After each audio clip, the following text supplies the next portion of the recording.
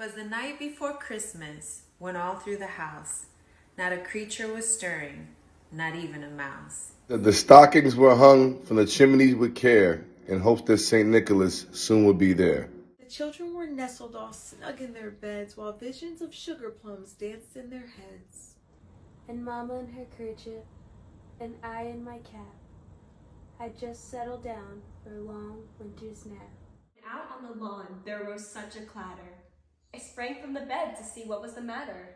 Away to the windows I flew like a flash, tore open the shutters and threw up the sash. The moon on the breast of the new fallen snow gave the luster of midday to objects below. When what to my wondering eyes should appear but a miniature sleigh and 8 tiny reindeers. With a little old driver so lively and quick, I knew from that moment it must be Saint Nick. More rapid than eagles his coursers they came, and he whistled and shouted and called them by name. Now Dasher, now Dancer, now Prancer and Vixen. On Comet, on Cupid, on Donner and Blitzen.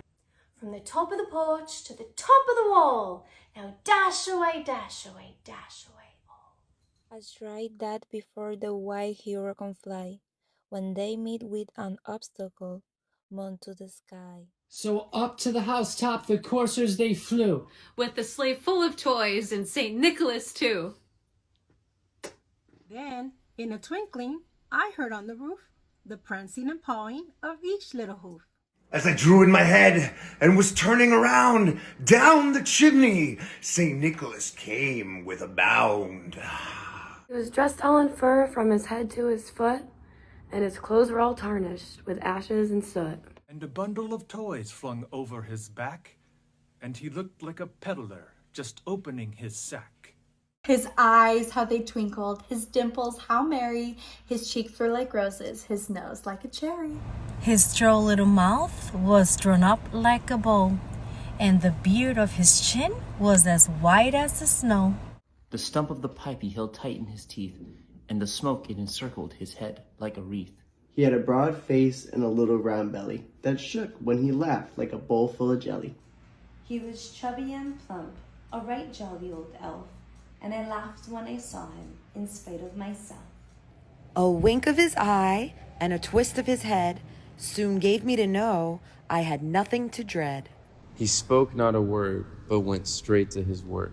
And filled all the stockings, then turned with a jerk. And laying his finger aside of his nose, and giving a nod, up the chimney he rose. He sprang to his sleigh, to his team gave a whistle, and away they all flew like the down of a thistle. But I heard him exclaim as he drove out of sight, "Merry Christmas to all, and to all a good night."